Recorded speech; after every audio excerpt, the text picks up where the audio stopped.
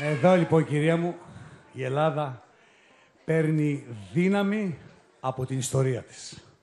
Γιατί το ένα βήμα απογοήτευσης, αυτά που περνάμε, διαδέχεται άλλο βήμα απογοήτευσης, αλλά ένας λαός μόνο με σταθερά βήματα και ψυχραιμία θα διασχίσει αυτό το ναρκοπαίδιο. Η Ευρώπη έχει μετατραπεί σε ένα τεράστιο ναρκοπαίδιο. Η χώρα, ευτυχώς, έχει έναν έντιμο πρωθυπουργό, έχει ένα πολύ μεγάλο πόλεμο, δεν έχει το χρόνο για συμμαχό της και επίσης δεν θα έχει την ανοχή του κόσμου για πάντα. Πάμε λοιπόν να πιάσουμε τα πράγματα, κυρία μου, την αρχή εδώ. Νιώθω κάθε φορά ότι μαζεύω τα κομμάτια της ιστορίας και προσπαθώ κι εγώ να δω το αληθινό σχήμα των πραγμάτων και είναι δουλειά της σάτυρας, ξέρετε. Δεν θα μείνω εγώ στην αιωνιότητα, βέβαια. Αλλά ξέρω γιατί έμεινε ο Αριστοφάνης στην αιωνιότητα. Γιατί εξήγησε στους ανθρώπους πώς δουλεύει το σύστημα. Πρέπει κανείς να καταλαβαίνει πώς έχετε μια εντολή, πώς λέει ο δημοσιογράφος, τι αποσκοπεί να περάσει στο κεφάλι σου. Ελέγχουν την άμεση σκέψη, αλλά και αυτό που νομίζεις ότι σκέφτηκες μόνος σου κρυφά, έμεσα. Βγάλτε λοιπόν τευτέρια. Από το πρώτο και το δεύτερο μνημόνιο μαζί πήραμε εμείς, για να ξέρουμε γρήγορα μερικά νομεράκια, πήραμε 226 εκατομμύρια εθνικό χρέος. Από αυτά τα 226, τα 27 δις πήγαν για τη λειτουργία του κράτους. Δηλαδή συντάξεις και μισθούς. Λέγεται εθνικό χρέος αυτό. Είναι δυνατόν όλα τα υπόλοιπα είναι τόκοι, χρεολύσια, 27 δις μόνο για συντάξεις. Λέγεται αυτό το χρέος εθνικό. Λοιπόν, μέχρι το 2030 χρωστάμε 332 δισεκατομμύρια. Αυτά είναι τα χρεολύσια, αυτή είναι η τόκη. Έτσι, για να έχετε μια μικρή ιδέα, ένα τελευταίο νούμερο να έχουμε ιδέα, τι θα πληρώνουμε το 2022, 2023, 2024, ας πούμε.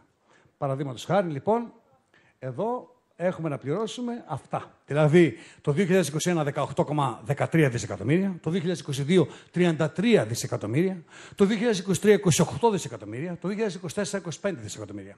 Υπάρχει περίπτωση η χώρα που την ξέρετε όλοι, που ζείτε, ακούτε, μαθαίνετε, που έχει σταματήσει να παράγει οτιδήποτε. Δεν μπορεί να επενδύσει κανένας με αυτή την ψηλή φορολογία, που έχει φύγει όλο το μορφωμένο δυναμικό της χώρας. 180.000 επιστήμονες νέοι έχουν φύγει. Με 1,5 εκατομμύριο άνεργους, με πάνω από το μισό πληθυσμό σε οριακή κατάσταση πτώχευσης. Και πρώτη χώρα είμαστε στην παιδική φτώχεια. Αυτή η χώρα μπορεί να αποπληρώνει δάνεια και να λιποθυμούν παιδιά. Και είναι αυτό Ευρώπη. Εγώ δεν μπορώ να καταλάβω μια πολιτική στην οποία δεν ζουν όλοι. Τόσο απλά. Τι δεν ξέρουν απ' έξω, τι δεν ξέραν όταν μας δίναν τα δάνεια. Ή μάλλον τι ξέρανε. Απ' την αρχή των ήμων. Το 1997 το πρωτοδικείο Λιβαδιάς με μια απόφαση σταθμό δικαιώνει τους διστομήτες και τους επιδικάζει αποζημίωση 30 εκατομμυρίων ευρώ, που σήμερα με τους στόχους φτάνουν τα 80 εκατομμύρια. Την απόφαση επικυρώνει στη συνέχεια ο Άριος Πάγος. Σύμφωνα όμως με έναν παλιό ελληνικό νόμο, για να εκτελεστεί η απόφαση σε βάρος μιας τρίτης χώρας, χρειάζεται η υπογραφή του Υπουργού Δικαιοσύνης. Κανένας όμως Υπουργός Δικαιοσύνης δεν την έχει υπογράψει μέχρι σήμερα. Από το 1987 βγήκε απόφαση για τους κατοίκους του Διστόμου να αποζημιωθούν και υπάρχει ένας νόμος ότι μόνο αν τον υπογράψει Έλληνας Υπουργός Δικαιοσύνης. Και από τότε μέχρι τώρα ένας Έλληνας Υπουργός Δικαιοσύνης δεν υπέγραψε το χαρτί για να πάρουν αποζημίωση. Για ποιο λόγο? Το βασικό επιχείρημα και ενιαίο επιχείρημα ήταν να μην διαταραχθούν οι ελληνογερμανικές διπλωματικές σχέσεις. Εμείς να μην τις διαταράξουμε, αυτοί να τις διαταράσσουν. Πάμε λοιπόν παρακάτω. Ποιο είναι το βασικό πρόβλημα? Το βασικό νομικό εμπόδιο που προερχόταν τόσα χρόνια από τον Έλληνα Υπουργό Δικαιοσύνης πλέον δεν θα υπάρχει.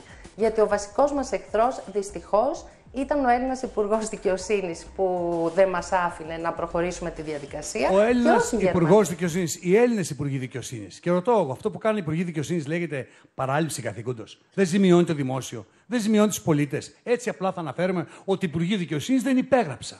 Και λοιπόν, γιατί δεν υπέγραψαν?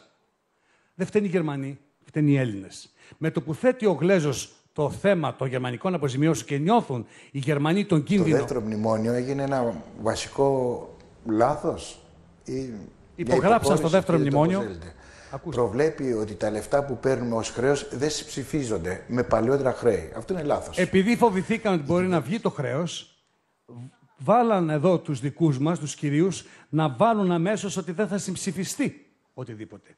Σε περίπτωση που κάποιος το υπογράψει. Και κάνουνε. Είπαν λοιπόν οι δικαστές της Χάγης ότι οι Ιταλοί δεν μπορούσαν να κάνουν εκτελεστή την απόφαση του Διστόμου Πλην όμως είπαν οι δικαστές της Χάγης ότι πρέπει να αρχίσουν διαπραγματεύσεις μεταξύ των κρατών που δεν έχουν αποζημιωθεί. Αφού βγάλαν λοιπόν τον Υπουργό Δικαιοσύνης, που δεν έκανε τίποτα, αφού κανονίσανε να μην συμψηφίζονται οτιδήποτε και να βγει, αμέσως μετά στη Χάγη συνοηθήκαν να μιλάνε οι χώρες μεταξύ τους. Τα κράτη μεταξύ τους και να αποφασίσουν τι θα γίνει. Που σημαίνει ότι η Ελλάδα, που βρίσκεται σε αυτή τη θέση, την αδύναμη, τι μπορεί να ζητήσει. Κάθε φορά θα τολμάει να ζητάει, αυτοί θα έχουν έτοιμο τον ξαφνικό της θάνατο. Το ακούσατε που ο Σόιμπλε. Τον Απρίλιο του 1942, η Γερμανία, σε μια πρωτοφανή κίνηση στην ιστορία του Δευτέρου Παγκοσμίου Πολέμου, αναγκάζει την Ελλάδα να συνάψει ένα κατοχικό δάνειο. Οι Γερμανοί και οι Ιταλοί απλά κοινοποιούν στην κατοχική κυβέρνηση Τσολάκογλου ότι κατέληξαν στην απόφαση του δανείου. Μας υποχρεώσανε να ταΐζουμε τα γερμανικά στρατεύματα με δική τους απόφαση. Αυτός που σήμερα ο Σόιμπλε, ο απόγονος, μας λέει για ξαφνικό θάνατο της χώρας. Ένας άνθρωπος να αποφασίζει το ξαφνικό θάνατο μιας χώρας και να μην να πετάνε κάτω τα στυλώδη δημοσιογράφοι για να του πούν τι λες ρε. Ξαφνικό θάνατο μιας χώρας, ένας άνθρωπος. Το οποίο λοιπόν κατοχικό δάνειο, τι κάναν, και υπάρχει το έγγραφο. Τι το κάνουν το κατοχικό. Μπορεί το Διεθνές Πολεμικό Δίκαιο να προβλέπει ότι η κατεχόμενη χώρα οφείλει να συντηρεί τα στρατεύματα κατοχής. Οι Γερμανοί όμως, όπως αποδεικνύεται από έγγραφα, χρησιμοποιούν ένα μικρό μόνο ποσοστό του δανείου για το στρατό τους στην Ελλάδα και κυρίως χρησιμοποιούν τα χρήματα για τις επιχειρήσεις του Ρόμελ. Πήραν κατοχικό δάνειο από την Ελλάδα και ταΐζαν το στρατό τους και κάναν και επιχειρήσεις στην Αφρική με τα λεφτά.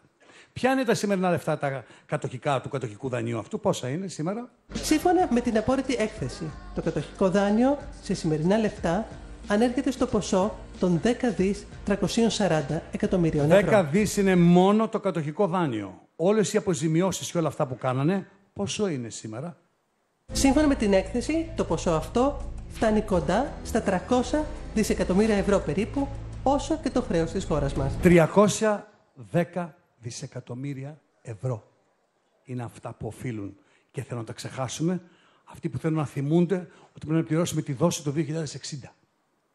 Μας οφείλουν ολόκληρο το χρέος μας και να το πάρουν και τα ρέστα δικά τους, που λέει ο λόγος.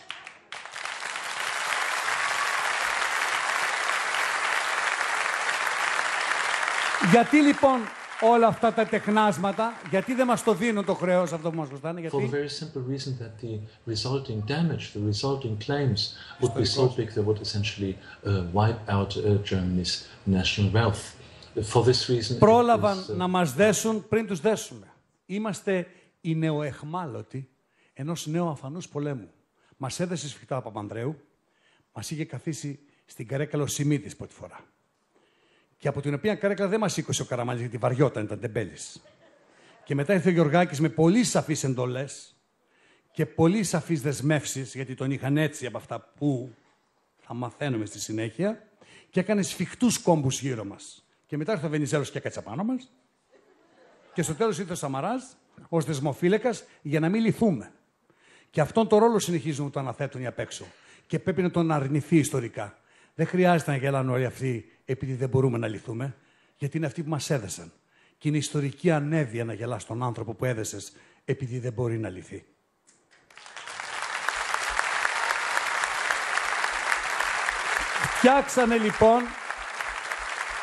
Φτιάξανε λοιπόν συντονισμένα τον κύκλο της ασφυξίας. Ξεκίνησε ο κύκλος της ασφυξίας που τον άνοιξε ο Σαμαράς, ο οποίος βλέποντας τα χάσει, οδήγησε τη χώρα σε εκλογές με προφανή εντολή του Σόιμπλε, άστος να έρθουν να διαπραγματευτούν, αλλά μην συμφωνήσουμε τίποτα, να μην υπάρχει ρευστότητα. Αφήνει λοιπόν τη χώρα χωρίς ρευστότητα. Η δόση που χρωστάμε να δώσουμε, τον 7 δις, λίγη πριν την αξιολόγηση που θα κάνουν. Άρα το παλιό κόλπο, σου δίνω καινούριο δάνειο να πληρώσει το παλιό, το αναποδογυρίζουν. Ισχύει το κόψει το σβέρκο να βρει τα 7 δις και αν τα βρει μετά θα δούμε, θα σου δώσω.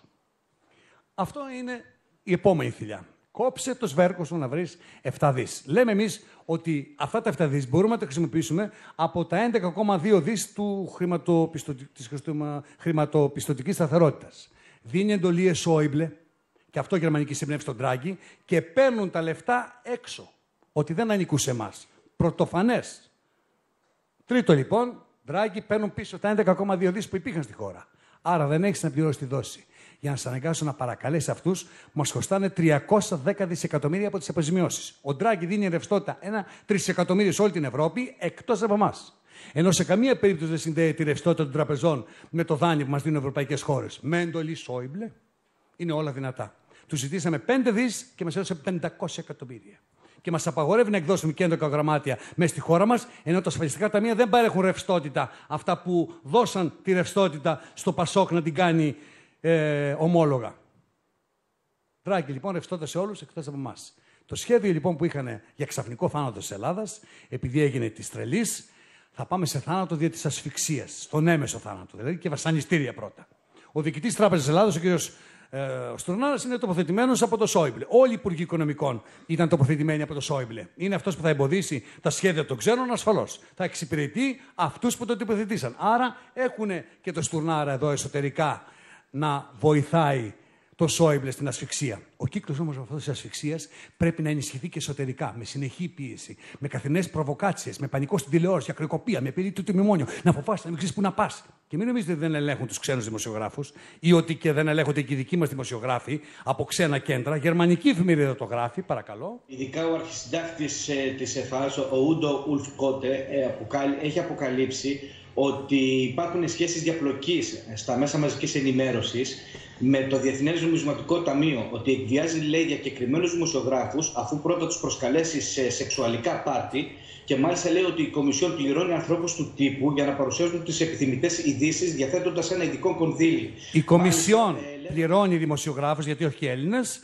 με μυστικά κονδύλια για να περνάει τις θέσεις της. Άρα όλο αυτό που βλέπουμε στις ειδήσεις, και δεν μιλώ για αυτό που καταλαβαίνουμε σαν κριτική της κυβέρνησης, διότι δεν πάει καλά, ας πούμε, σε κάποιο σημείο. Αυτό που είναι ότι βλέπουμε πάνω τους το βλέμμα, ότι δεν μπορούν να χωνέψουν και ψάχνουν τρόπους, ότι όλοι ξέρουμε ότι τα περισσότερα μέσα μαζικής ενημέρωσης είναι καταχρεωμένα. Άρα, με κάθε τρόπο μέχρι την τελευταία στιγμή, τα μέσα μαζικής ενημέρωσης θα συμβάλλουν στην ασφυξία αυτή για να ανεβαίνει ο κύκλος. Για να φτάσουμε γύρω στον Ιούνιο που εκεί υπολογίζουν να τα κάνουν. Και βέβαια όλη αυτή η ασφυξία θέλει να φτάσει στην υπογραφή ενός τρίτου μνημονίου. Εκεί στις αρχές του καλοκαιριού, γιατί θέλουν τρίτο μνημόνιο. Γιατί όποιος ψηφίσει τρίτο μνημόνιο δεν μπορεί να κατηγορήσει αυτούς που υπογράψαν τα δύο πρώτα. Άρα θα γλιτώσουν όλοι μαζί. Και δίνουν εντολή στους δημοσιογράφους να πιέσουν. Και μαθαίνουμε. Η Ισπανία πάντως επιμένει δια του Υπουργού των Οικονομικών ότι θα υπάρξει και τρίτο πακέτο για την Ελλάδα. Το βλέπετε? Ευχαριστούμε για την αλληλεγγύη. Πού συζητήθηκε αυτό? Εμείς είμαστε η Ελλάδα. Η ελληνική κυβέρνηση συμμετείχε σε κάποια τέτοια συζήτηση, έστω και η προηγούμενη? Τι είναι αυτό? Αποφασίζουν μόνοι τους οι δημοσιογράφοι με τους ξένους παράγοντες για τρίτο μνημόνιο για να πιέζουν τη χώρα. Θέλουν να υπογράψει η κυβέρνηση λοιπόν το καινούργιο μνημόνιο, γιατί μετά δεν θα μπορούν να πάνε μέσα τους προηγούμενους. Μην έχετε λοιπόν την παραμικρή αμφιβολία. Υπάρχει διεθνές πολιτικό αλυταριό. Και γι' αυτό γίνεται και η απειλή του τρίτου μνημονίου. Οι προβοκάτσιες που θα γίνονται επίσης θα έχουν σχέση κυρίως με μετανάστες. Δεν είναι τυχαίο ότι επανακάμπτει η Χρυσή Αυγή. Το είχα πει ότι η Χρυσή Αυγή θα βγει από τις φυλακές όταν θα χρειαστεί. Τώρα αρχίζει να χρειάζεται. Γι' αυτό ακούμε και μαθαίνουμε. Όπως καταγγέλει, οι τρεις άντρες όταν το χτυπούσαν με σιδηροβροθιές φώναζαν ότι είναι από τη Χρυσή Αυγή και του έλεγαν να γυρίσει πίσω στην πατρίδα του. Αυτό λέω και εγώ είμαι Χρυσή Αυγή. Φεύγει όλη η Πακιστάνο. Όπως αποκάλυψε η εφημερίδα των συντακτών, ό,τι έχει γίνει, να ξέρετε, φωνάζουν τώρα στις επιθέσεις ότι ήταν χρυσαυγίτες. Μην τους μπερδέψουνε.